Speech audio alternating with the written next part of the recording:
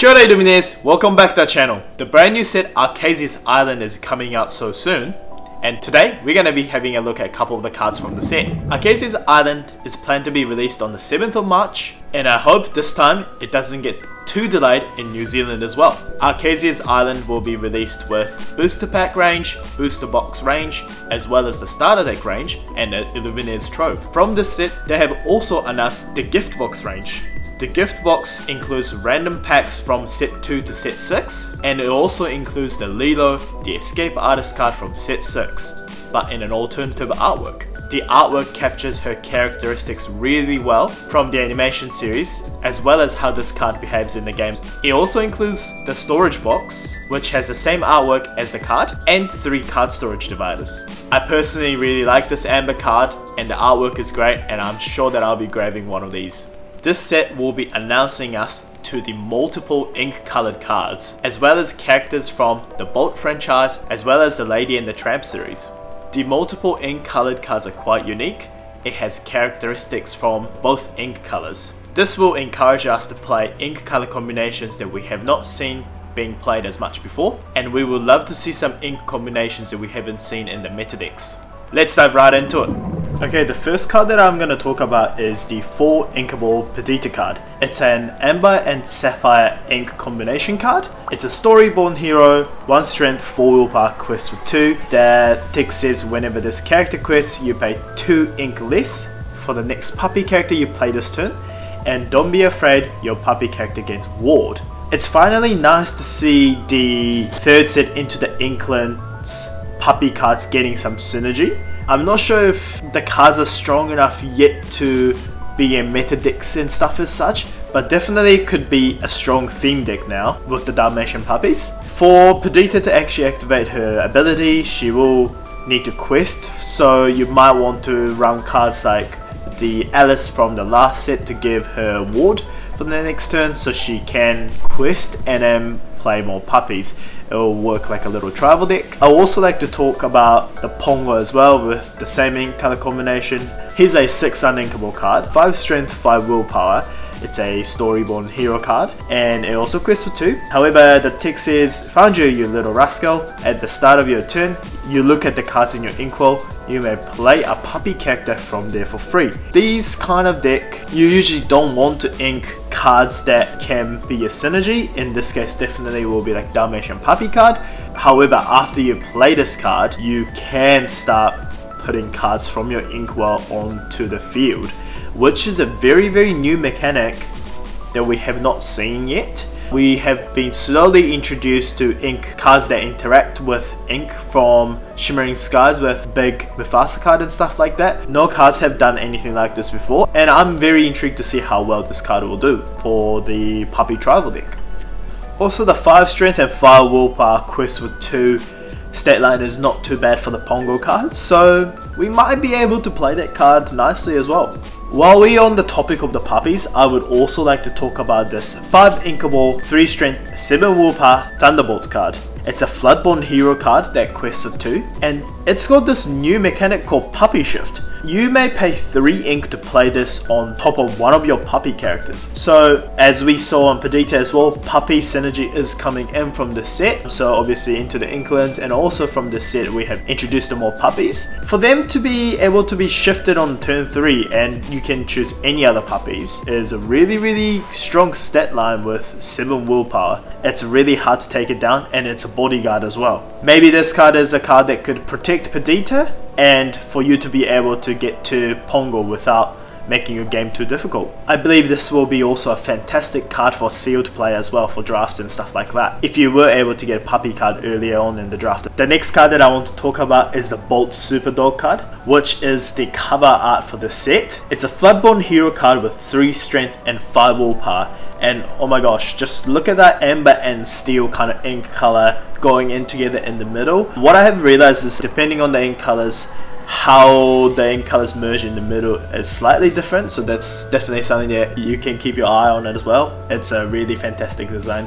I really like it. And definitely the text on this card shows how it's got the amber characteristics as well as the steel characteristics. So it's a shift 3 card, and mark of power, whenever you ready this character you gain 1 lore for each other undamaged character you have in play. And bolt stare, exit this character, banish chosen illusion character. Definitely gaining 1 lore from characters that's undamaged is almost like a kind of amber characteristics, and bolt stare with banishing characters like that is definitely a steel kind of behavior. It's really cool to see cards like this where it's got the both skill set and how it's both in colors. You can also see in the artwork as well how on the right side of the bolt he's got like the steel armor kind of thing, and then his amber ink colored dog collar matches really nicely with it as well. This card could be okay. The bolt shift targets aren't too bad from this set either. We're just not sure just yet with what sort of influences the illusion character is going to make to the gameplay at the moment, since they are also new type of cards from this set as well. Let's move on to the next card.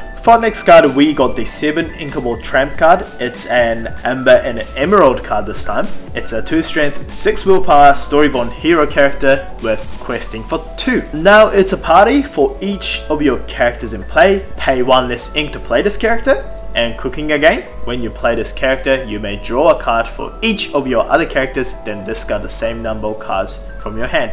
Possibly in like an aggro deck kind of scenario, this card could come on the board quite quickly. With 6 willpower and questing for 2 is not a bad skill set either, and for the fact that you are able to filter your hand is quite nice. I initially thought maybe if you run cards like this, maybe you were expecting your aggro deck to have maybe a little bit of a longer lifespan, and possibly running cards like Chernobyl and putting your character cards intentionally to your discard so the Chernobyl could come out earlier would be a really cool synergy to run.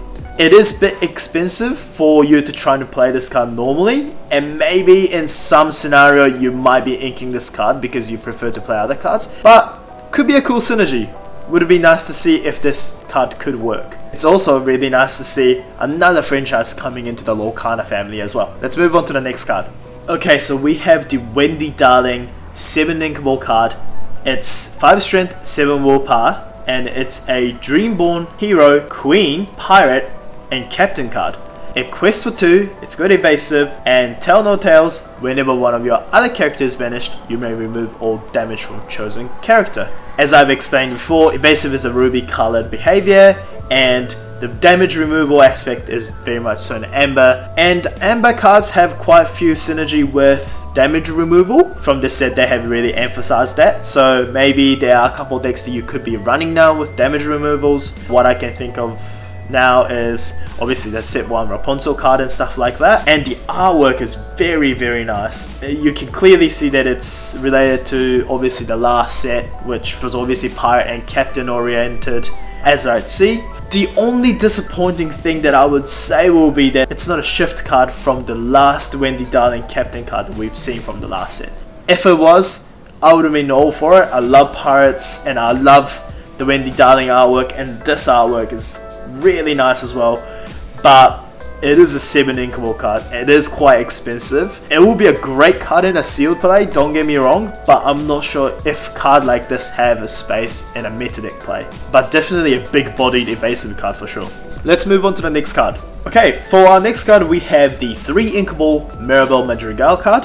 It's nice to see some more Madrigal cards coming in. It's a 1 strength, 3 willpower card. It's an Amber and Amethyst combination, and it's a Storyborn Hero Madrigal card. It quests for 1, it's got Evasive and Singer 5. Evasive is obviously the Amethyst behavior, Singer 5 is usually seen in the Amber cards. 3 cost Singer 5 ability is very nice, and the fact that it's evasive is obviously hard to take down for some cards that's early on. The Amber and Amethyst color combination we have seen so far with majority of aggro decks. Amber and Amethyst card we have only seen being played as an aggro deck, and maybe from this set you might be able to see a couple cards that's running songs now with cards like this as well, which will be very intriguing. From top of my head, I'm not sure what sort of songs you want to be singing in this ink color combination with Singer 5. Maybe you are able to run cards like Second Star to the Right for the draw source and stuff like that. But it's a really cool stat line, it's a really cool keywords, and maybe we might be seeing some Amber Amethyst song decks as well in the future, which will be really cool to see.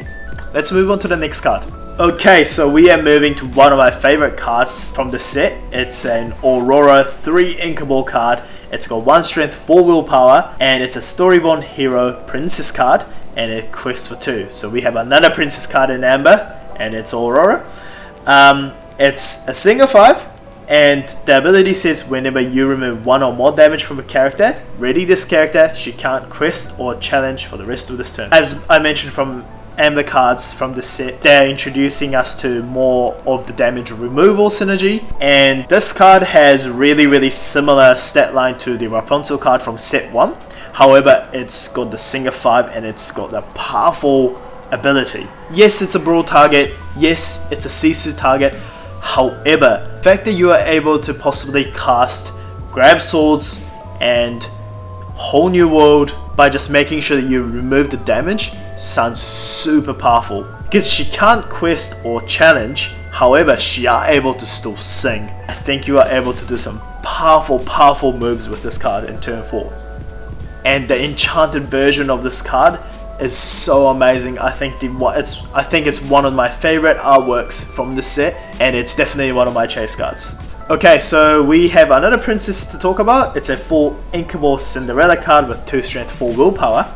It's a Storyborn Hero Princess card, and in quest for 2. Honestly, it's not probably going to be that powerful. However, I wanted to talk about this because I love how Lorcana gives ability to cards that is related to animation in the movie series.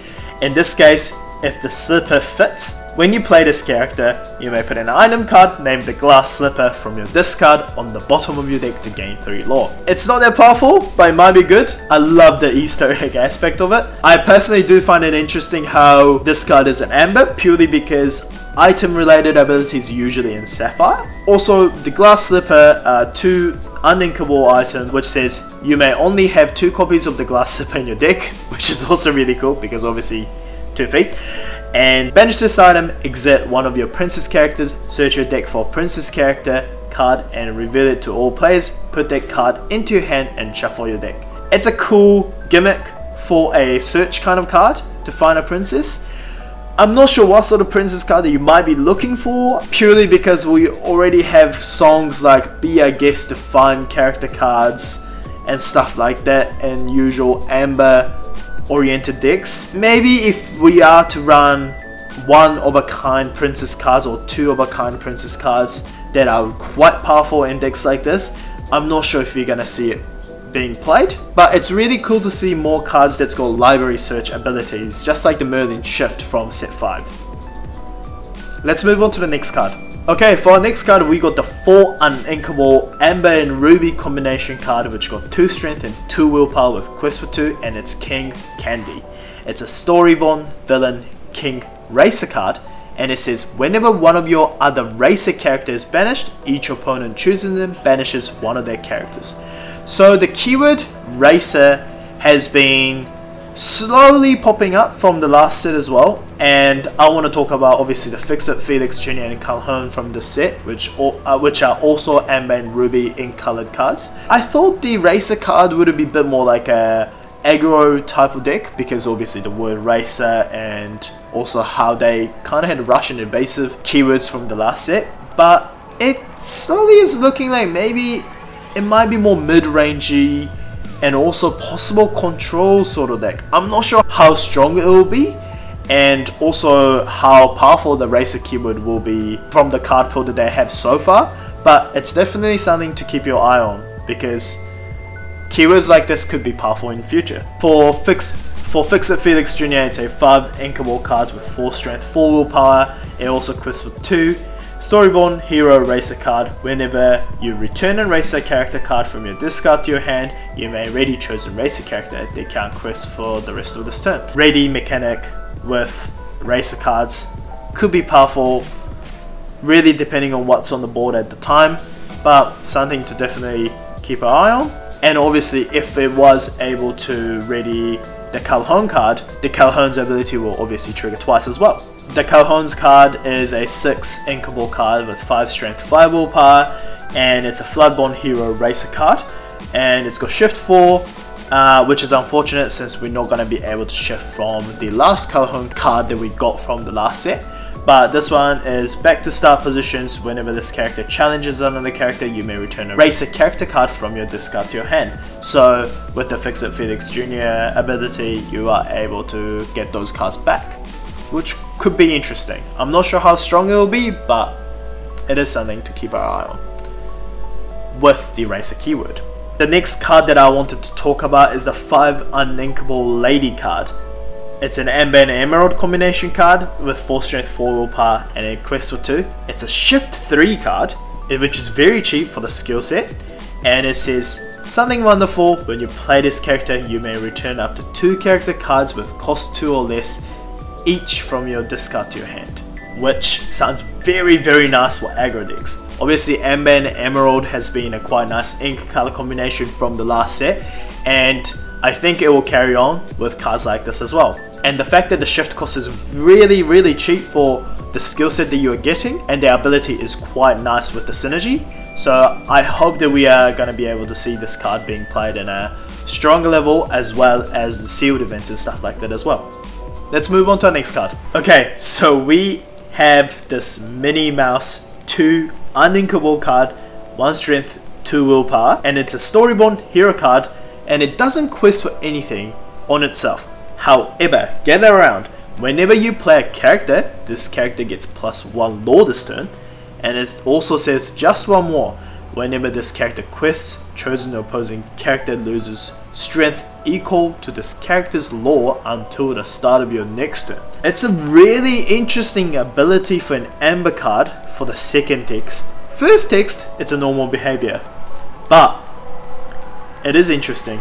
It's a second legendary card from the set, and honestly, ability like this could go very far, especially when it comes on the board later on and you're able to play multiple characters in a turn, maybe with a character like Rockstar Stitch and stuff like that. It could be dangerous. Yes, at that point aggro deck might be struggling, but it is a really fun mechanic of an ability to have. And if this card had a ward or something to be protected in the turn before, the only way you can remove it is a board wipe, and for it to come out and then do a serious damage, and you could end the game with this card depending on how you play it. The artwork is really cool as well, and I think we haven't seen Minnie Mouse wearing her normal red and white kind of outfit in many of the cards so far, so it's really cool to see cards like this. For our last Amber card, I want to be talking about this 3 Inkable Coda card. It's a vanilla card, interestingly enough. However, it's got 2 strength, 2 willpower, and quest for 3, and we have seen 1 strength, 3 willpower stat line of this kind of cost cards. However, we haven't seen one with 2 strength and 2 willpower yet. Correct me if I'm wrong, but it's a new type of card from what I remember. Definitely a cool card for decks like aggro decks. The fact that it quests for 3, it is quite powerful. And definitely for sealed events and stuff like that, this card could be really good. Let's move to the Amethyst cards. Okay, so for our first Amethyst card, I'm going to be talking about the 5 Uninkable Kuzco card. It's got a 1 strength and 4 willpower, and quests for 2. From what I realized, a lot of cards quests for 2 from this set. It's a Storyborn King card, and it's got don't say a word, once during your turn, whenever a card is put into your Inkwell, you may return chosen character, item, or location with cost 2 or less to their player's hand. Then, that player draws a card. It's an interesting mechanic. I'm not sure how beneficial it will be. If you choose this ability to yourself, then you can obviously filter your hand nicely and ink cards that you no longer need and stuff like that, but it might be a bit of a tempo loss. If you're facing an opponent that runs obviously small character cards, which is usually aggro, you might be able to slow them down a bit on the questing and stuff. It's a cool 1-for-1 trade kind of removal card, for the fact that they can be delayed on the questing side of things. For the fact that they can still play it later on, I'm not sure how beneficial it will be. But it is a cool card to keep our eye on. I would love to test this card with possibly Blurple and see how well this card could perform against decks like Hyper Aggro. But it might be too slow. The next card is the 4 Inkable Illusion Iago card with 4 strength and 6 willpower, which quests for 1, but it's got Invasive. It's a Dreamborn and ally and an illusion card with a banish ability. So obviously this card is an illusion, which I have mentioned earlier, and it's kind of a new mechanic from the set when they also have Vanish ability. Obviously from the cost, the skill set it provides as well as the keyword is very powerful. However, if an opponent chooses this character for an action, banish this card. Again, I'm not sure how strong the Vanish and Illusion card will be just yet because I have not faced them and I have not played with them just yet, but I would also like to talk about the Jafar card while we're on the topic. The Jafar newly crowned 4 inkable 2 strength 4 willpower card with the Dreamborn, Villain and Sorcerer card, Quest for 2, which Quest for 2 has during an opponent's turn, whenever one of your illusion characters is banished, you may return that card to your hand, meaning that you are able to filter your illusion card.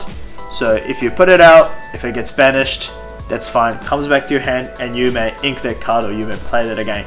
Just being able to replay powerful cards like that sounds pretty good on paper. Yes, it might be a bit of a tempo loss, so I am not sure how strong it will be, but I personally really like Jafar and this card looks awesome.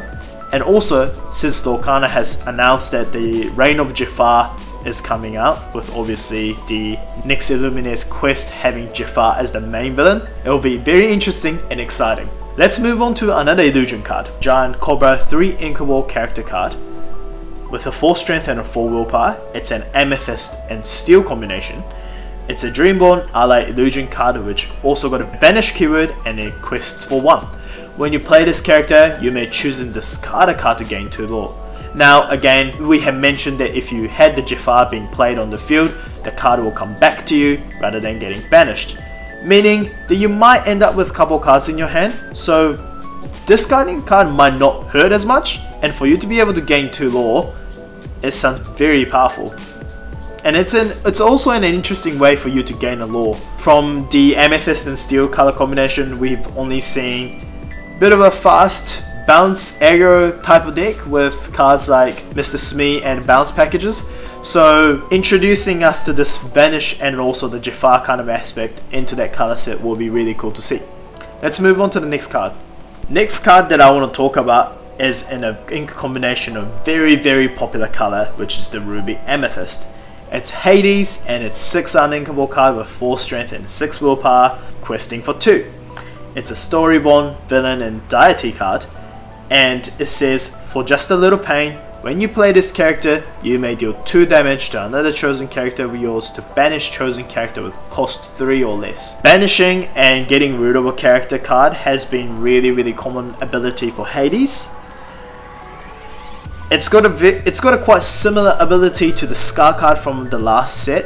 However, you can only banish a character with cost 3 or less, and for it to come down on the turn 6 with this ink color combination, I am not sure how powerful and influential this card will be, but I personally think this card will be great in the sealed events and stuff, but I'm not sure if you'll see this card being played in the meta decks. Let's move on to the next card.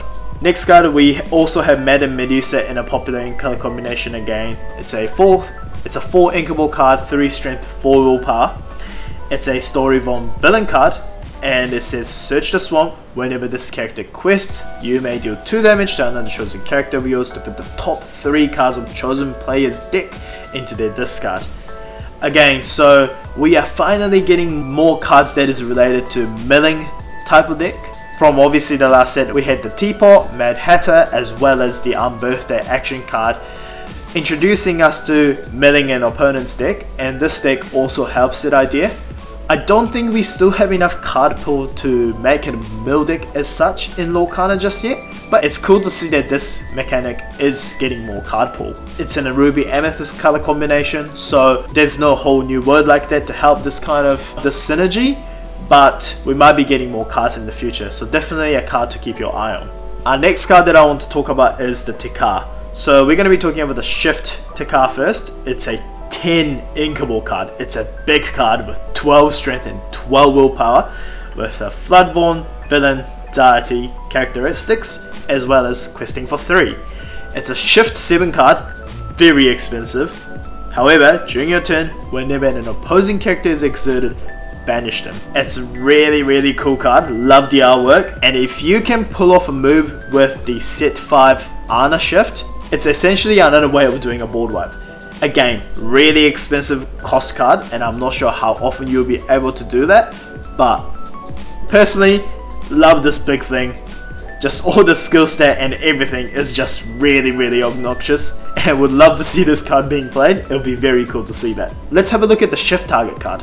So the shift target Tekka card is a 6 inkable amethyst card. It's got 5 strength, 6 willpower, and it's got challenger 2, and it also quests for 2, which is not actually a bad skill set for the cost, and for the fact that it can come down on the turn before you would want to shift is not terrible either. Again, maybe if we were ever to get a card with saying maybe you gain lore equal to the strength of one of your characters, card like the shift Tekka might be awesome, but we haven't got that just yet, but we'd love to see that card being played. Let's move on to our next card. We have the 5 uninkable 4 strength 4 willpower Storyborn ally quest for 2 Kronk.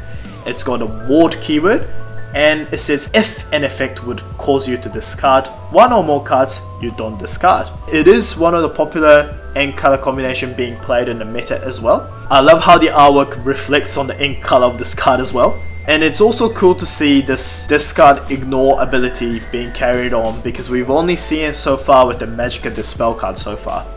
Personally, I think this card is more playable, being 4 strength and 4 willpower, as well as questing for 2 and having the ward ability.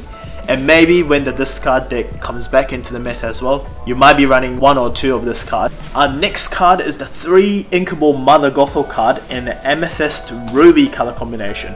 And it's a 1 strength 4 willpower card with Storyborn, villain, sorcerer characteristics, as well as questing for 1. Now, important part of this card is in the text.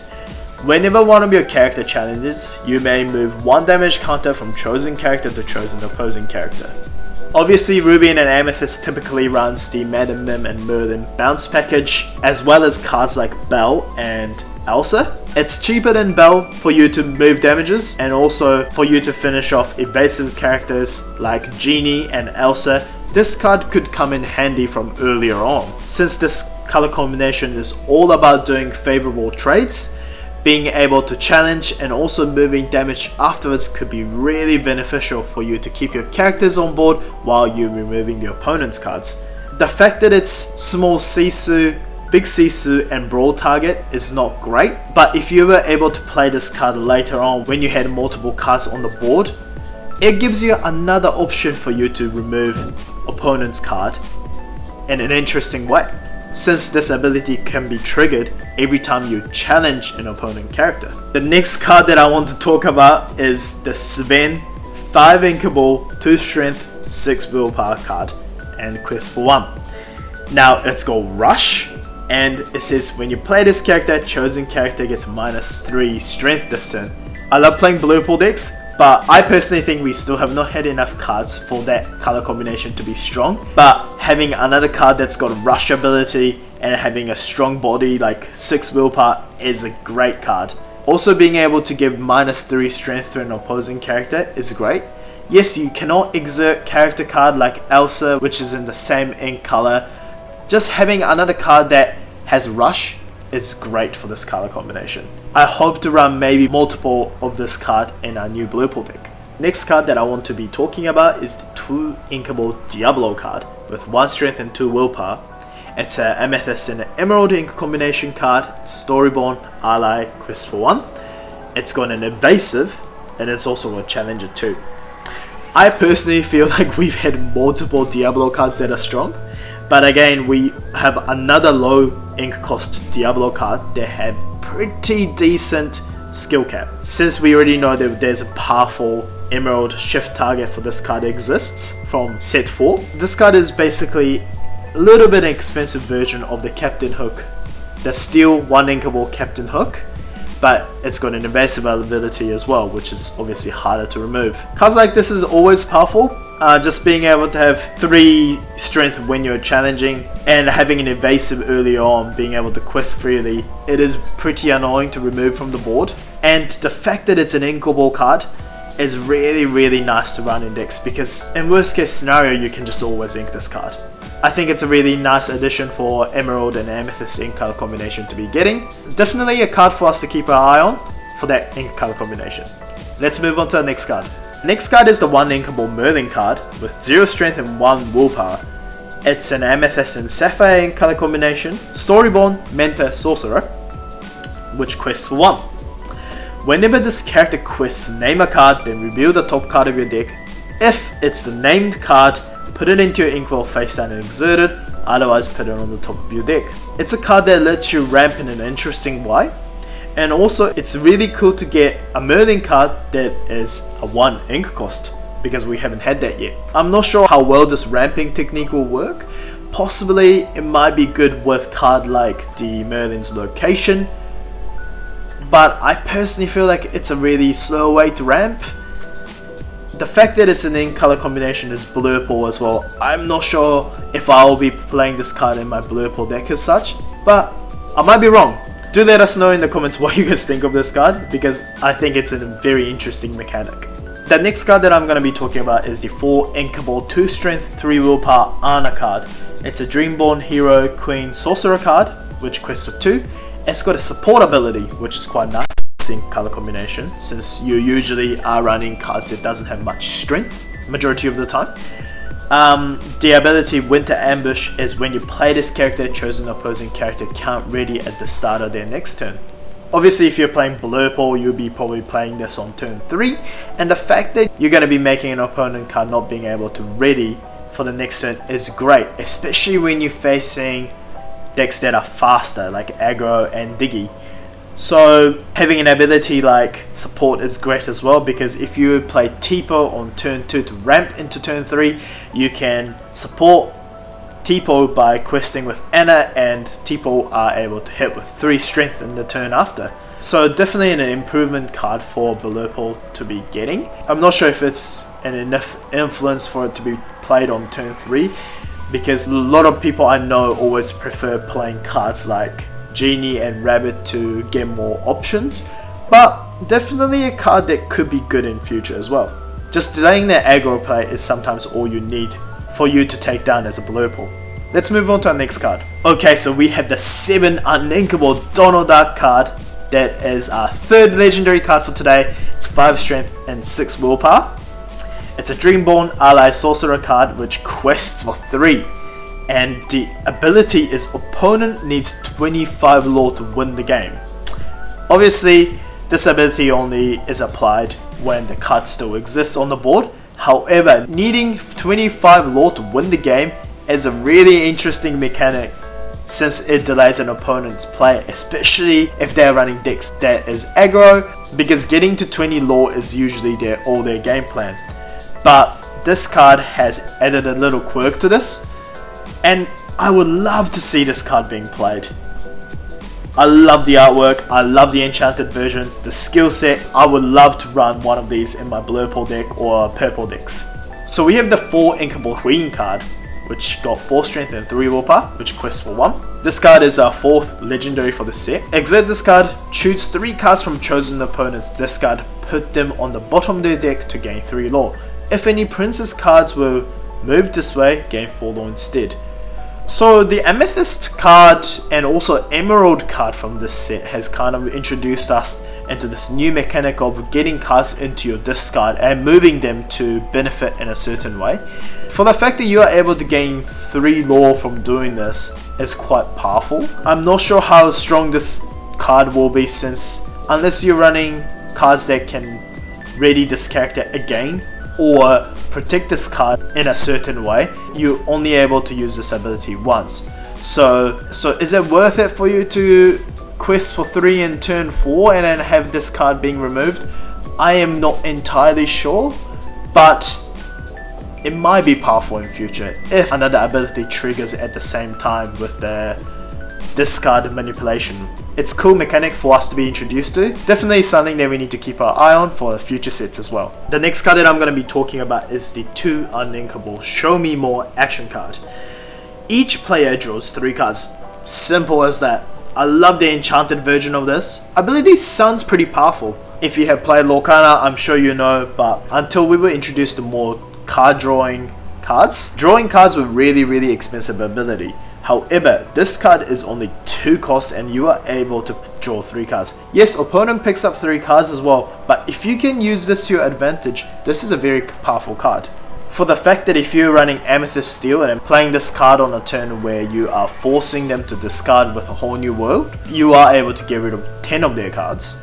And also, if you had an item like Prince John's Mirror, you are likely for them to discard a card that way as well. It's definitely a cool card for us to keep our eyes on. If you match this card with a discard card, make this a benefitable trade, I think this card could be really powerful. Let's move on to our next card. Okay, so we have the 6 uninkable Restoring the Crown action card. It says exert all opposing characters whenever one of your characters banishes another character in a challenge this turn, gain 2 lore. I love the text. Exerting all characters is Amethyst and gaining lore from challenges is very Steel-like behavior. And for these 2 color combinations to be able to gain more lore from challenges, and also for you to play Amethyst and Steel, you are playing characters that are quite big and are able to do favorable trades. It is a dangerous and scary card for you to possibly finish your game by banishing your opponent's card and gaining lore really quickly. It's a cool action card to see in such a strong in-color combination. I would love to see this card being an existing Metadix and stuff like that as well. Let's move on to our last Amethyst card. The last Amethyst card that I'm going to be talking about is the 3 uninkable Amethyst Coil item. It says during your turn, whenever a card is put into your Inkwell, you may move 1 damage counter from chosen character to chosen opposing character. Again, it's a damage counter moving mechanic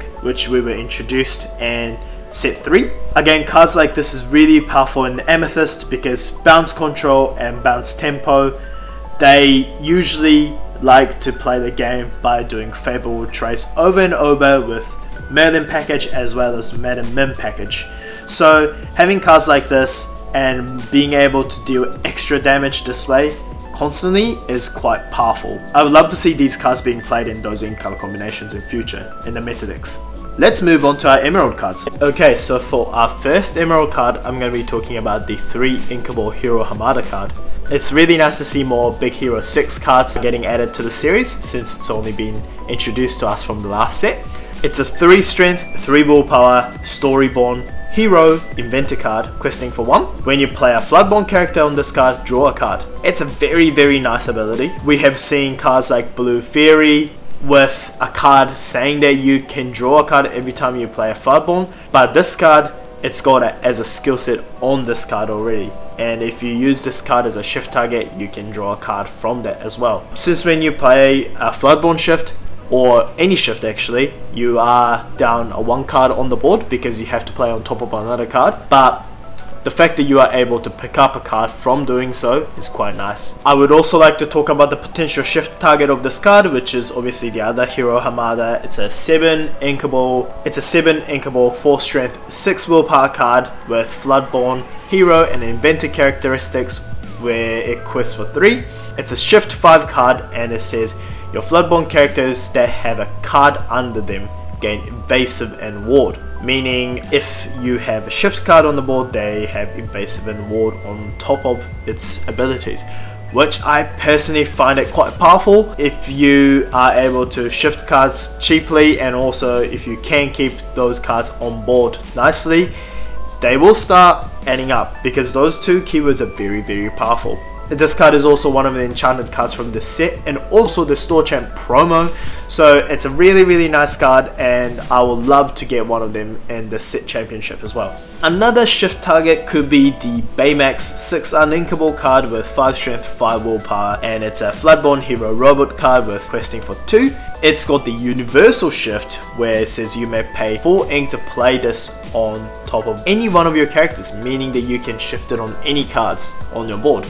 Obviously, if you targeted the Hero Hamada from earlier on, you can draw a card. It's really cool to see a card that can shift on anything because this is a unique and new mechanic from the set, just like the Puppy Shift, meaning that it doesn't have to be a specific character you're shifting, which was the case from the last sets. The ability is when you play this character, and if you use shift to play him, remove all damage from him. You can also remove damage from playing this card, so maybe possibly synergizing with the card like Grand Patty, which we have not seen yet being played in any decks, would be really cool to see. The another card that I want to talk about while we're on this topic would be the 2 Inkable Yoker card, which got 1 strength and 2 willpower, which quests for 1. It's a Storyborn Villain Inventor card, and it says you pay 1 less to play characters using their shift ability. And I assume if you got multiple of this card on the board, it gets cheaper and cheaper. Correct me if I'm wrong, but that way you are able to play more shift cards nicely, and the other Hero Hamada card could be a monster, giving a lot of wars and evasive the other cards as well. Another Emerald card that I want to talk about is the 5 Inkable Cheshire Cat card. Nice to see another Cheshire Cat card being made. It's a 4 strength 3 willpower card with questing for 2. It's a Storyborn card, and it says when you play this character you may deal 2 damage to chosen damage character. It's a very nice synergy with the shift Cheshire Cat from Rise of the Floodborn, being able to banish damage characters and having an evasive body. It's a really cool mechanic. I would love to see some damage and banish decks being played more, with obviously cards like Mosquito Bite from last sets and stuff like that. Definitely a card that I would consider putting in your damage banish decks if you were to build them. Another interesting card that I would like to talk about is the 4 Uninkable Shakan. It's a 4 strength 4 willpower Storyborn Villain character with a 4 lore. When you play this character, discard your hand. If you are running this in your aggro and when you are out of your hand, that's fine. This can come out pretty much with no negative side. It's quite a nice card to come on board and get your last laws for you to finish off the game. It's like a Gantu but an Emerald. Let's move on to our next card. The next card that I'm talking about is going to be the 5 Uninkable Queen of Hearts 2 strength 6 willpower shift 3 card. It's a Floodborn Villain and Queen character with questing for 2. Whenever another character is played, put a damage counter on them. Now this card sounds quite dangerous, with this card being protected and being able to stay on the board. If you aren't able to remove this card, all the cards will come on board damaged. Now if you know a couple of cards that we have had from the previous set, we had locations where damaged cards will have Reckless. We also had multiple Hyena cards and Scar cards, giving you more benefits if the opponent cards were damaged. From the set, the 4 Uninkable King of Hearts card also has damaged characters can't challenge your characters, meaning that you are able to take more control on the board as well. Damage card keyword could be quite strong in future, and definitely something that we need to keep our eyes on, and I think that's the Emerald Ruby color combination going to head with the direction of possible meta decks in the future. It's a cool mechanic, it's a new mechanic, and it's nice to see that more cards are getting added to the card pool for this deck to be possible. Let's move on to the next card. The next card is the 3 Uninkable Mr. Smee card, and it's a 3 strength 3 willpower questful 1 card, and it's an Emerald Steel Ink color combination, and it's a Dreamborn Villain Pirate Captain card, meaning that you are able to protect your 2 Inkable Mr. Smee card that we really see so much of because it's a captain. It says whenever you play an action that isn't a song, you may ready chosen pirate character. I personally find this quite powerful. If this card comes on later on, and maybe if you have your other Mr. Smee card, you can play very cheap 1 cost action card like Mosquito Bite as well as Fire the Cannon and stuff like that, and you can keep readying your Mr. Smee card to quest for multiple lords in 1 turn. Now Emerald and Steel has couple strong pirate characters already, and a card like this will enable you to do multiple actions in 1 turn, and this is something that we haven't seen from this ink color combination just yet, since Emerald and Steel has only been known for this card deck. Another pirate card that I'm going to be talking about is the 6 Inkable Pete card with 5 strength 5 willpower, which quests for 2. It's a Floodborn Villain Pirate character. It's an Emerald and Steel ink combination.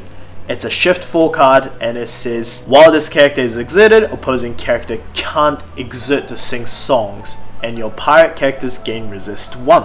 And now I personally feel like this card will let you do a favorable trades by obviously giving your pirate cards resist 1, as well as the fact that you can put this card on top of your turn 3 drop no action Pete from the previous sets. It is very powerful.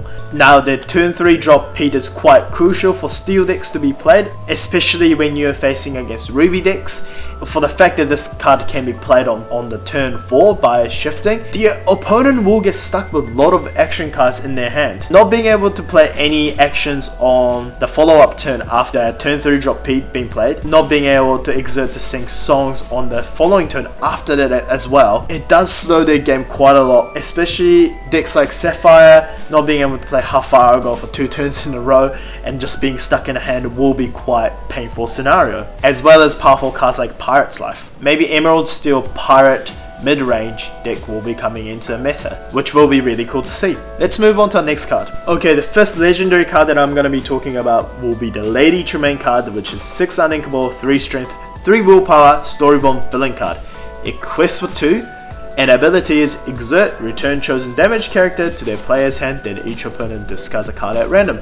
Again, the damage character card synergy is there, however paying 6 cost to put a 3 and 3 body which only quests with 2, and for the fact that it needs to survive 1 turn for it to use the ability the following turn, I'm not sure if I'm a fan of this card. It's a bit slow, and also for a turn 6 Lady Tremaine card, I much prefer the other one. It'll be interesting to see if this card will do any better. The fact that the Ruby one could be shifted as well, you can also play the other card on top of this Lady Tremaine, but I am not sure how well this card will perform, personally. I'm not sure if it's a legendary card worthy. Let's move on to our next card. The next card is the 5 inkable legendary action card. It's the Return of Hercules. Each player may reveal a character card from their hand and play it for free. Now, look at the artwork. I love it. It looks amazing, and I know that this card is also available in Enchanted. I personally like the normal one. It's the sun coming in from the back, and then Megar and the Hercules just being there with the cloud, and that art style, it just looks super nice. The ability is quite strong. If your deck runs quite a lot of cards that have really big cost and have strong abilities, I do recommend this card being played, and it could be a game changer. Definitely a card that has quite a lot of potential in the future as well. Let's move on to our next Emerald card. The next Emerald card is actually an Emerald Sapphire combination, and it's the Ink Gazer. It's a 3 uninkable action card. It says each player exits all cards in their Inkwell, just like the Mufasa card, and then each player with more than 3 cards in their Inkwell returns cards at random from their Inkwell to their hand until they have 3 cards in their Inkwell. It's an interesting card. It puts both you and your opponent on a bit of a back foot. However, if you're running a deck that doesn't ink very much and you are facing a ramp deck, it is a huge step back for them and not as much for you. The one thing that I could consider is maybe if you were running cards like Fishbone, Inkwell, and also if you had Bell on board and stuff like that, you are able to ink more than your opponent per turn. But I'm not sure how strong this card will be, and also the opportunity you will try to play this card. Maybe early on to slow your opponent down from ramping too much, but maybe you want to play it later so that you're in a more of a favored situation with you being able to ink further than your opponent later on in the game. It's a really cool card, and it's a first card that manipulates opponent's ink by taking some ink away. We would love to see this card being played in the meta as well. Okay, so we have the last Emerald card here, which is the Emerald Coil. It's an item card, and it says during your turn, whenever a card is put into your Inkwell, chosen character gains evasive until the start of your next turn. It's a very powerful keyword, evasive, and how you are able to give this ability by doing a simple thing that you usually tend to do by inking is quite cool. Obviously this could be another way of protecting your cards nicely. Maybe even cards like, let's say, Prince John. It's got ward, and you usually don't exert it since you don't want it to be removed by challenge. You can give it evasive so it stays on the board while it quests for 2 and it forces your opponent to discard a card as well, which could be a cool mechanic. Definitely a card that could be played in a meta as well, if cards like Genie will stay in the meta, because Genie is currently untouchable with having an evasive with 4 willpower body, so it will be very intriguing to see how this card will be in future. Okay, for our first Ruby card, it's actually a Ruby and Steel combination card. It's a 3 inkable Denahi, and it's got 3 strength, 2 willpower, and it's a Storyborn card. It's got Reckless, and it's also got resist 2. I personally think this is definitely the best Denahi card we have so far. Having a resist 2 stat line when it's already have 2 willpower is quite nice, meaning it will need to be hit back by 4 strength to be taken down. So when you're facing an Amethyst card, when they usually have a 3 willpower stat line, it will usually take it down without Denahi getting banished. Since they usually hit back with 3, it will survive with 1 willpower left as well. The fact that it's inkable is quite nice. Unfortunately, it hasn't got a rush, so it will need to stay for a turn. It's a quite nice card, definitely against aggro decks, because it is quite unchallengeable, and also it will be a tough card in a sealed event as well. Another card that I'm going to be talking about is the Ruby and Sapphire combination card. It's a 9 inkable card, and it's Belle Mechanic Extraordinaire. It's got 7 strength, 7 willpower, Floodborn Hero Princess Inventor card. It quests for 3.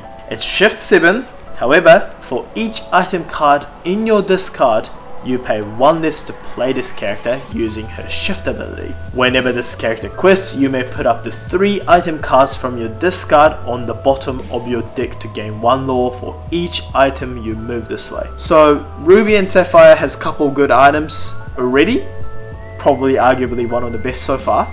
For the fact that you usually banish those items to give yourself benefits, it works really well with this ability that Belle has.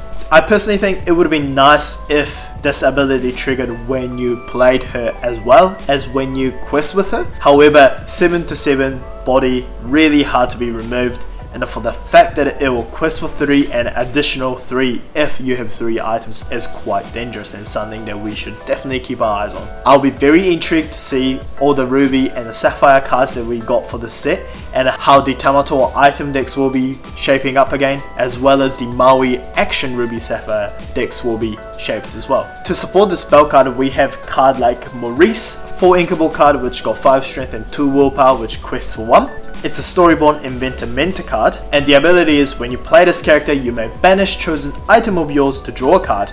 If the banished item is named Maurice's Machine, you may also banish chosen character with 2 strength or less, meaning that it's basically a built-in brawl if you banish the specific item, as well as being able to draw a card, and it's really nice ability as well. And if you did banish this Maurice's Machine, which is a 3 inkable item, when this item is banished, you may return an item card with cost 2 or less from your discard to your hand. So maybe if you banish an item earlier on, like Popsicle and Unconventional 2, it'll be very handy way for you to play the shift target Belle card. It almost feels like an Amethyst bounce kind of a way, but in this case you are like bouncing item cards from your discard pile for you to play other cards, which is a really cool mechanic that's been added from this series. Let us know what you think about this Maurice card, purely because you might still prefer Brawl. Another card that I want to talk about is the Card Soldier. It's a 1 inkable card in ruby color, which is quite rare,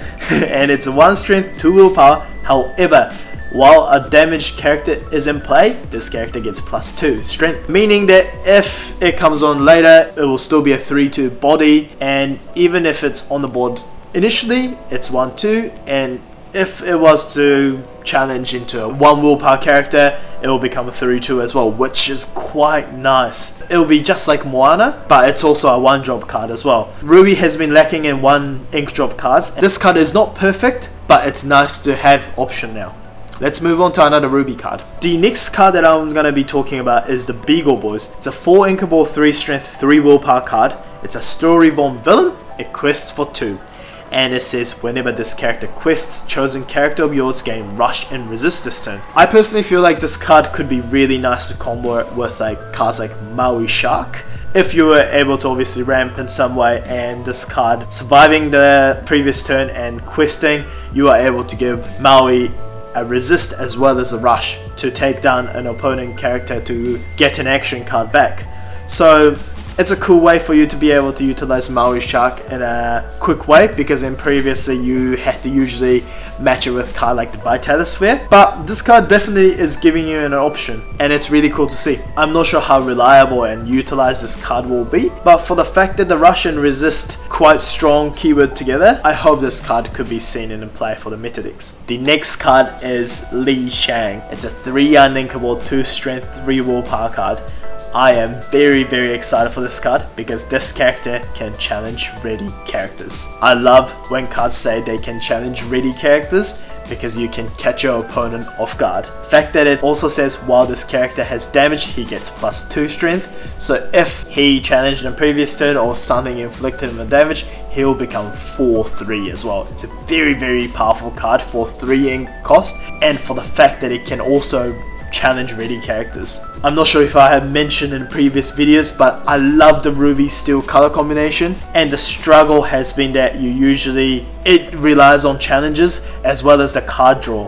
And for the fact that this color combination is fixing the challenging aspect, I am very excited to play with this card if he will fit in my deck, and very excited for this in color combination to be played more. The next ruby card that I'm going to be talking about is the Moana Island Explorer. It's got 4 strength, 3 willpower, it's a 4 inkable card, and it quests for 1. It's a Storyborn Hero Princess card, and it's evasive, which is really nice. And the ability is whenever this character challenges another character, another chosen character of yours gets +3 strength this turn. It's a unique ability for ruby card to have, giving +3 strength to another character after challenge. It is really nice. It's like a Merlin crab but in a ruby color. This color will help you taking down big willpower cards like Tamatoa, as well as location card like Macduck Manor. So yes, this card does have to challenge a character for this 3 strength to be applied, but definitely a nice utility card for the set. I can imagine this card being quite powerful and sealed event as well, for the fact that you can give 3 strength to any card. Your 1 ink drop, 2 ink drop, 3 ink drop will be having some serious damage against big cards. The next card that we have is Mushu. He is finally in Lorcana. We have had Mulan cards and Li Shan cards from the previous sets and other Mulan character cards as well, but we were still yet to see Mushu, and he is finally here. I'm so excited for this majestic dragon. He is a 5 inkable card. It's 4 strength, 4 willpower, quest for 1, but the ability is amazing. Whenever one of your character challenges, they gain resist 2 during that challenge, meaning that it will go into the challenge with the resist 2 applied. The other ability is during your turn, whenever one of your character banishes another character in a challenge, gain 2 lore, meaning cards like Robin Hood will have resist 2, gain 2 lore. If it banishes, additional gain 2 lore from this Mushu. And also Calhoun having resist 3 in a challenge, and it gains 4 lore as well. And again, if you were able to have card like Tevez from earlier turn, and if they were at that location, you can gain 6 lore from 1 challenge being successful. And I personally think that's a really cool ability. If you're talking about late game scenario as well and comboing it with Maui Shark being able to do One Last Hope into the LaFour action card, which readies your character, you gain lore from playing an action with Maui Shark, being able to get that action card back with the Maui Shark, and gaining lore from each challenge with Mushu. You can gain lore very quickly, and it's a very scary way to catch your opponent guard and suddenly winning the game. I'll definitely be making a deck around this card since I love Mushu as a character and I love the ruby steel in color combination. Do let us know what you guys think about this card in the comments as well. Okay, the next card that I'm going to be talking about is the Lyle Tiberius Roke. It's an 8 inkable card with 6 strength, 4 willpower, and it quests for 3. It's a Storyborn villain card, and it says once during your turn, whenever card is put into your Inkwell, deal 2 damage to each characters in play. Meaning, when you put a card into your Inkwell, you are basically doing grab swords. However, it will do 2 damage back to yourself as well. So I'm not sure how this will work if you ink twice, because this will mean that it will banish Lao as well, but it does mean that it's basically casting grab your swords twice. I assume you'll be running this card with card that gives this card resist, so it will survive longer with how many times you ink, but could be powerful, could also be a bit useless. I would love to see someone making a deck around this card. I'm not sure how strong it will be because it does take a while for this card to be put down, and also for this card to have a strong ability, it does take some time. But having said that, really cool way to remove cards by inking, inflicting damage that also ignores ward as well. Okay, now we are moving on to another card that I'm really excited about, is the Mulan Imperial General 7 ink cost card. It's got 5 strength, 6 willpower, it's a Floodborn Hero Princess card, and it's a shift 5 card, and it quests for 2. It's evasive, and whenever this character challenges another character, your other characters gain. This character can challenge ready characters this turn, meaning that your characters can again challenge ready characters. I just love this keyword, and I'm so excited for Ruby and Steel decks to have more options, and I would love to play with this Mulan card as well as the Mushu card that we have seen earlier. This card also gives more option for all the Mulan cards that we have seen so far, giving a bit of more of a flexibility and also an option for the late game. And for the fact that it's got evasive, it's a very nice card. Following turn on the 5th turn, you are able to take that card like Genie and stuff like that as well, since it has evasive. Ruby and Steel card is usually strong going into a lot of challenges, but usually when you play those cards, the opponent stops exerting cards for free. Because you are able to force them in a favorable trades with this card, I am very excited for this card to be played. The next legendary card we have is Baloo, 6 uninkable, 5 strength, 4 willpower card which quests for 2. The ability is your characters with 7 strength or more can't be dealt damage. So if this card could come down nicely with Maui Shark will take no damage from challenges because this Baloo will protect it. I don't know how likely for you to be able to have a 7th strength card, being untouched, and for this card to just come out like that, but it's a nice card for you to protect your strong card. I love the artwork. I love how the sunlight coming in between the leaves is highlighting parts of the Baloo while majority of the Baloo is in the shade. It's a really nice artwork capturing the lighting. Let's move on to our next Ruby card. Our next Ruby card we have is 4 inkable Ratigan, 3 strength, 3 willpower. This card is also an enchanted card as well for the set. It quests for 1, it's a Storyborn villain card, and it says whenever you play an action while this character is exerted, you gain 1 lore. Possibly good with Maui Shark, but it does have to be exerted, so I'm not sure how good this card will be. You can play Maui Shark on the turn that you have ramped, and you are able to sing how far with this, gain 2 lore, and play multiple action to gain couple lores in a turn. But that's the best this Ratigan will probably do. I'm not sure how good it will be. It might make it easy for you to gain lore with the Maui Shark, but I feel like for a 4-drop you rather play a card like Super Goof as well as Grand Matala, so I don't know if this card will have any space left, but cool card to keep our eyes on. Another card that I want to talk about is the 2 inkable Milo Thatch, which has 2 strength and 2 willpower and quest for 1. Again, the stat wise it's not too bad, but the ability is quite nice. Whenever you play an action, you may give chosen character plus 2 strength this turn for you to take down locations as well as tough willpower character. Just like what I was saying with Moana, you are able to give this plus 2 strength.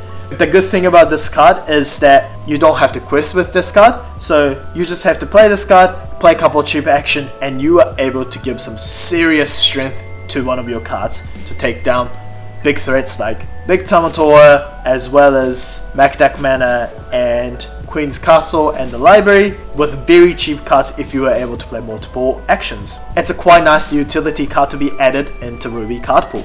Our last Ruby card that I want to talk about is Out of Order.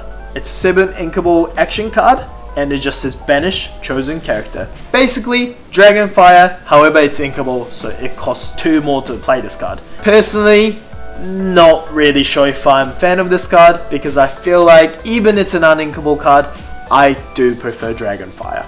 But do let me know what you guys think in the comments below, if you guys prefer this one instead of the Dragonfire. Let's move on to our Sapphire cards. Okay, let's move on to our first Sapphire card. We have the 4 inkable Clarabelle card. It's got 3 strength, 3 willpower, and it also quests with 2. It's a Storyborn ally card with a support keyword. Your other characters with support gets +1 strength. Now this card is quite nice to play with the Rise of the Floodborn Alice card. That card gives you all your characters support anyway, but the fact that your support characters gets +1 strength as well means that Alice's strength could be filled quicker I love that Alice card personally, and I really hope that that can be seen in more decks in the future. And this card will be perfect to match up with that. We have another legendary card to talk about, and it's a 4 inkable Scrooge McDuck. 4 strength, 4 willpower, Storyborn hero card, and it quests for 1.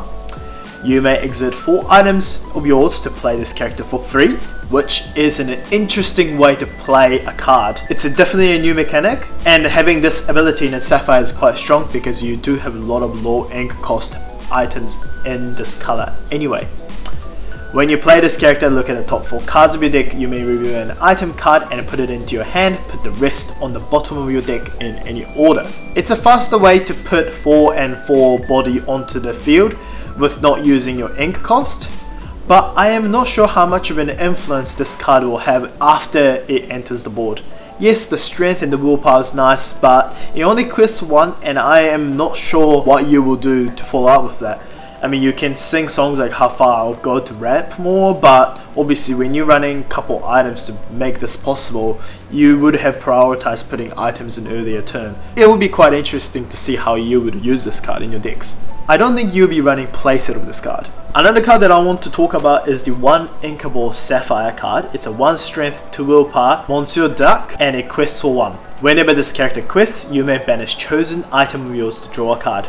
Let's say you played Popsicle or Icebook or something like that, and you just want more card draw. This card can give you that if it stays on the board and it was able to quest. It is a nice way for you to keep refilling your hand as a Sapphire deck, and especially now from the set, the items can come back from your discard to be useful afterwards as well. It's a really cool common card. Now, another item related common card that I want to talk about is the 3 inkable Bell. It's a 3 strength, 3 willpower, and during your turn, you may banish chosen item of yours to play this character for free. So you are actually able to see this card coming down on turn 1. And turn 1, 3 strength, 3 willpower is a really strong start, meaning that you are able to mummify Flynn Rider for a couple times immediately. Other than that, this card can sing a few songs, maybe if you were going this color 1 jump ahead. But from there, I'm not sure what you would do with it. It's a bit of a tempo loss, but maybe teaming up with cards like Maurice, as well as the Shift Bell we've seen from this color combination, we might be able to see some new decks being made as well around the items. It's definitely a nice and new mechanic to have, characters being played with items. Another 1 cost card that I want to talk about is Dawson. It's an uninkable card with 1 strength, 2 willpower, and it says once during your turn, whenever a card is put into your Inkwell, look at the top card of your deck, you may put it on either the top or the bottom of your deck. Meaning that this could possibly work with the Merlin card that we've seen earlier, because I think in theory the ability will go into the bag and you may resolve it in the way that you want it to. If I'm wrong, please correct me in the comment below. It could be cool to ramp in an interesting way, and nice to have an option now, and then also the card pool to do so in Sapphire, because I feel like Sapphire ramping has been very much so either Tipo or Sell the Azra at Sea at the moment. But having said that, I think I still personally prefer those. It might be because I'm still familiar with those cards, playing with them for a longer time, but it is cool to have more options. Now, another legendary card from Sapphire that I want to talk about is the Tamator. Yes, we have a second Tamator that is looking quite strong in Sapphire. I believe it's 3rd Tamator card that we are getting. This one is 4 strength and 5 willpower. It's a pretty big body, and it quests for 2. It says when you play this character, return up to 2 item cards from your discard to your hand. Whenever this character quests, you may play an item for free. If this card can come down earlier, if it doesn't get removed, you can start playing Lucky Dime for free. And Lucky Dime, as we all know, is a quite powerful card, and for it to just come down to the board for free is very nice. Maybe this might be a starter deck that is going to be introducing us to multiple Lucky Dime being run in one deck. Other than that, I am not really sure about other items that you might be running with this card, but it is a really cool route to go. I can definitely see this card working okay with Sapphire Ruby, but definitely something to keep our eyes on is the Sapphire Steel item decks. The enchanted art for this card is awesome as well, and it's definitely one of my chase cards this set.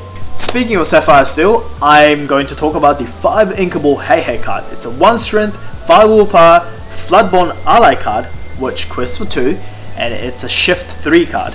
Now, it's got to resist 1, and the ability is when you play this character, put all cards from your hand into your Inkwell face down and exerted. That's just an interesting card. Again, this is another way of you being able to ramp, which we haven't seen before, and possibly you are able to ramp for a lot of cards in one turn. Again, this can only happen in your turn 3, but for you to be able to go really far really quickly might be beneficial in this color combination. Yes, you do lose all your cards from your hand, so your top decking might be crucial from there afterwards, but if you have played a card to manipulate that on the turn before or on the same turn, you are able to benefit from this. I think this card has some potential and I would love to build a deck around this card. Let's move on to our next card. The next card, I'm not quite sure about this card actually. It's a 4 inkable cost, 3 strength, 3 willpower, quest for 1.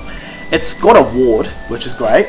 It's a storyborn, hero and princess, so a couple of strong keywords there. And the ability is exert this character, look at the top 2 cards of your deck, put one into your Inkwell face down and exert it, and the other on the top of your deck. Now we have seen a couple Sapphire cards having an ability to do with top card of your deck, and also this is another way of you being able to ramp with this card. I personally think I would prefer Grammatala into half hour go in the next turn, because this card obviously will have to survive 2 turns to achieve full potential. But do let us know what you guys think about this card in the comment section below. I'm not entirely sold. I rather prefer playing Grammatala on the turn and having the immediate action to do similar thing, and then on the next turn rather sing the half hour goal with that, rather than playing Kita on the turn, having ward, can't touch, next turn, then using the ability to achieve this effect. I'm not sure, it just feels like a bit of a tempo loss, personally. The next card that I'm going to talk about is the 3 inkable Pepper. It's 2 strength, 2 willpower, it's a storyborn puppy card, and it's whenever one of your puppy characters is banished, you may put their card into Inkwell face down and exert it.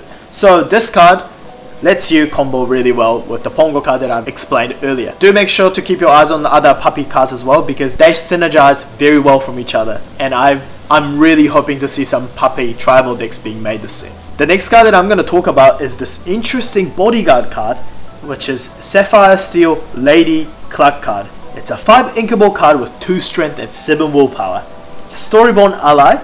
It's got bodyguard, ward, and quest for 1. Very simple skill set. However, it's a bodyguard and it's got a ward. Yes, because it's below 2 strength, it will usually get probably brawled to get rid of an annoying target like this. However, because it's got ward, you can't do that. They will have to challenge into this if they want to get rid of it. I know Sapphire and Steel cards have a couple of cards that is beneficial if they survive for a turn or 2.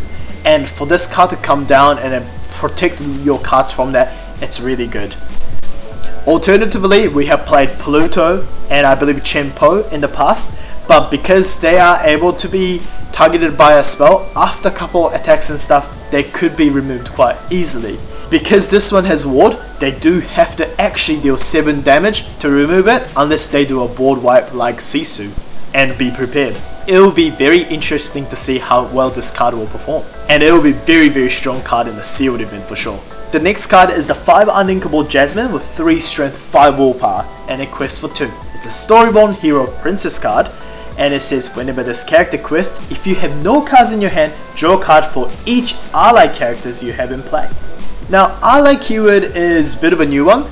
A lot of cards have had it in the past, but we haven't had many cards specifically targeting that classification. Sapphire Steel usually goes quite fast, and you do tend to not have many cards in your hand, so cards like this will definitely help with that, and you are able to go back again with how many ally cards you have.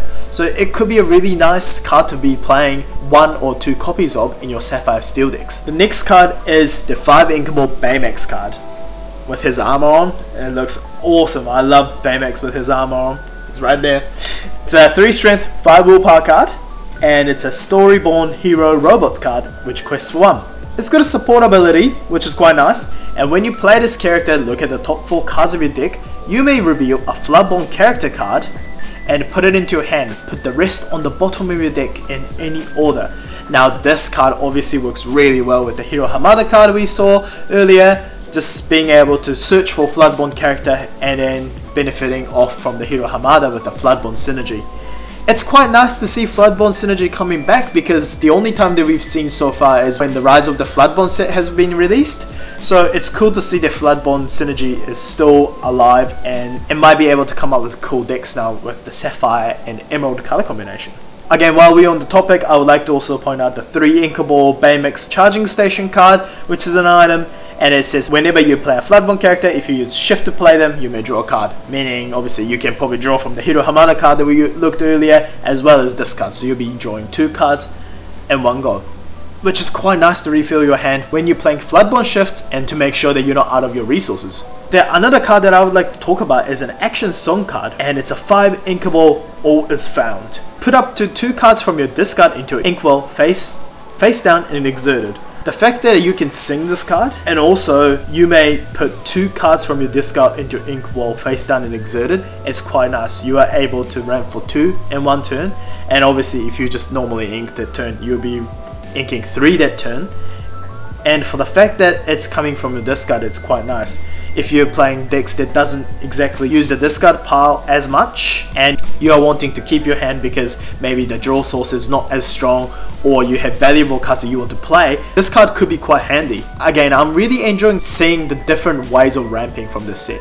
And lastly, I want to talk about the Sapphire Coil. 2 Inkable item card, and it says during your turn, whenever a card is put into your Inkwell, you may give chosen character -2 this turn. It's an inkable version of Ice Block, but it acts as a 2 Ice Block. I think it's a very powerful card, and for cards like Brawl, Madam Medusa, this is basically saying no, cards are actually safe now. You are able to banish a lot. I think Ruby Sapphire will be having a lot of fun with this card, and I just cannot really understand the reason why you wouldn't be running in the decks now. So I would love to see how you will be balancing this card with your other Ice Blocks and Brawl as well in your new upcoming Ruby Sapphire decks. Okay, I'm going to be talking about a couple of steel cards, but obviously majority of steel cards that I want to talk about was multi-ink colored cards, so I have talked about it already, but I'm going to be talking about the mono steel cards from now. The first card that I want to talk about is the Far Joe, 3 inkable card, 2 strength, 3 willpower, storyborn hero card with questing for 1. It says whenever one of your character challenges another character, if it's a second challenge this turn, gain 3 lore. From the wording, I am assuming that your one character has to challenge twice for this ability to trigger. Correct me if I'm wrong, but we saw cards like Mushu and we also saw a card like Mulan. And if you were able to have a card that makes your character ready and challenge again, and if you were able to do that for more than one of the characters, this card could be very, very powerful and finish the game off in 1 turn with how many characters you are able to send to a challenge in the turn. Obviously, if you have selected a card like Calhoun and you had Mushu on the board, yes, it is a very, very if scenario, but that's 4 lore already there. And if you were going for a second time, let's say that you were able to banish another character as well, that's 8 lore plus the 3, and then that's 11 lore in 1 turn. It's a cool card. I would love to make the Ruby and Steel color combination work, so this card is definitely something that I'll be playtesting a lot of. Do let us know in the comments if you guys have built a deck around this. We'd love to see your guys' list as well. I think this card does have potential. Next, we have the 4 unlinkable Aladdin card, 2 strength, 4 willpower, storyborn hero card.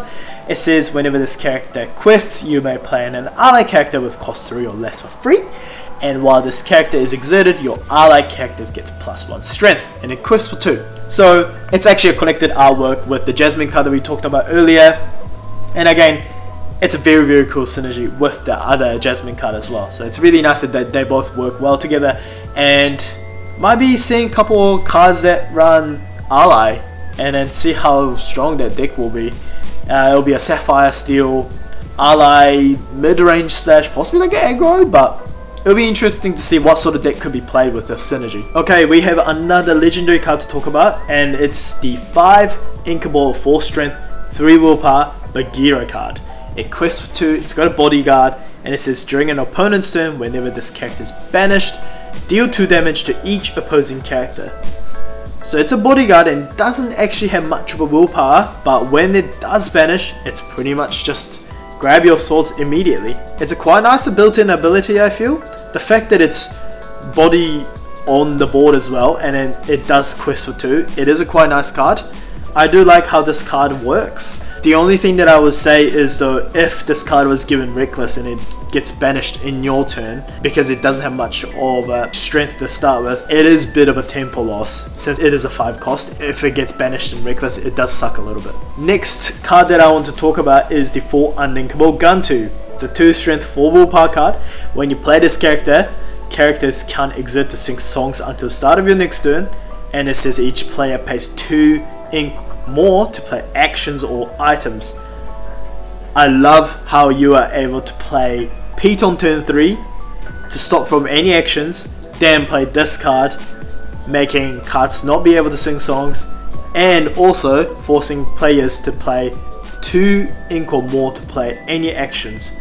Steel Song is getting more cards to stop your opponent from doing what they want to do, like Pete, John Silver, and card like this. It is interesting, their card pool is increasing, and I'm sure there are more opponent that's going to be frustrated with cards like this as well, because it is a quite annoying ability. I love to see people playing this card, because yes, it's a brawl target, but as soon as you play this card, the brawl suddenly becomes 5 cost card, and Dragonfire, Let It Go, suddenly becomes 7 ink cost cards as well, and Be Prepared is 9. That is just too expensive. At that point, you rather play the Maleficent Dragon to banish this card, but for this card, is it worth it? I don't know. It does look pretty powerful to me right now. It does look very powerful. I would love to see this card being played with Pete and stuff to just purely annoy your opponents. So the last legendary card from the set that I'm going to be talking about is the 2 Unlinkable Mickey Mouse. 1 strength, 1 willpower, and it says during your turn, whenever this character banishes another character in a challenge, you may play a character for free. Now this card has got only 1 strength and 1 willpower, so obviously what they are basically saying is that it will only trigger once. And also the quickest way to play this ability successfully will be turn 3. So in my head I'm thinking turn 1 Vitality Sphere, turn 2 Mickey Mouse, turn 3 banish your Vitality Sphere, give Mickey Mouse more strength, and then using the action card to challenge a ready character for Mickey Mouse to force a trade is good, but also at the same time, turn 3, what would be the best card for you to be playing in there? Would it be Maui Shark? Would it be Maleficent Dragon? Would it be the Big Gaston? I don't know. I'm not entirely sure yet. I mean, obviously, if this is if you would go with the Ruby Steel for you to banish something in like the quickest way. But I'm not sure how you would play this card otherwise. I mean, yes, you can play cards that also got support in turn 1 and turn 2 to buff this card a little bit up for you to get a favorable trade. But I'm a bit intrigued to see like how well this card will do, because I guess if you go with like a Sapphire Steel route, then you can obviously play turn 3. You can obviously play turn 3 like smash and deal 3 damage to a card like Daisy Duck, and then this card can challenge into that because I assume Daisy Duck would have quested or something like that, and then you are able to play a card like, I don't know, if you go that color maybe like Tamatoa or something, or something like the brand new Tamatoa actually, and then I guess on the next turn you probably won't get that Tamatoa removed, so you can go into Lucky Dime straight away. So I don't know, maybe there are a couple of potential with this card. I would love to see this card being played, some ridiculous card to be followed up after this card successfully challenges an opponent card. And the last card that I want to talk about is the 5 Unlinkable Restoring Atlantis action card. It says your characters can't be challenged until the start of your next turn. Now, just imagine if you had Pete and then you play this as an 8 cost action turn. You can just mummify your whole opponent from doing anything. It sounds crazy, but there's a card like that is available now, and you are able to do some serious damage on what the opponent can do in your next turn. Like the cards that we just saw with the Guntu and stuff like that. I am very intrigued for these cards to be played in a higher level as well. See how people will get out of these sticky situations. But it is a really cool card. And also this card is available in Enchanted, and the artwork is amazing as well. From the Enchanted cards, I personally really like the Aurora. I feel like the artwork is amazing. It just captures her characteristics so well, and it just is such a beautiful card to look at. I also really like the Show Me More card, very similar to what I have said about the Aurora card. the queen characteristics, as well as those like kind of dark green branches with the purple color. The card is very, very aesthetic. The another card that I like is Donald Duck, as well as the Mad Hatter as well. The color is so vibrant, and I'm really glad that vibrant colors are coming back. I really like the Azrathi Enchanted cards as well because it matched to the theme, but just the whole vibrant color celebration like kind of aspect, like Shimmering Skies, really hypes you up when you pack them. Do let us know which enchanted cards you like the most in the comments as well. Okay, so we have talked about the new cards from the brand new set ARCHAZIA'S Island today. I am very intrigued to see how the multiple ink colored cards will work in gameplays, and if they will make much of a difference to the ink color combinations that's being played at the moment. I really like how the enchanted cards are back to being really colorful again, since set like Shimmering Skies made you feel like it was a celebration by packing an enchanted card. My personal favorites are definitely Aurora and Show Me More and Mad Hatter, as well as Tamator. The colors are so vibrant with those enchanted cards, but also like the background and the detail that it adds to the whole card looks amazing in this Enchanteds. Do let us know what your guys' chase cards are for this set in the comments below, and also the cards that you are most excited to play in your deck. We have posted the full card list as well as the enchanted cards on our social media, so make sure to follow us there as well. We'll definitely be doing some pack openings as well as gameplay videos around ARCHAZIA'S Island, so don't forget to like and subscribe for more Lorcana content in the future. Thanks for watching this video, we hope you enjoyed it, and we'll see you in the next one. Stay ready till next time. Bye.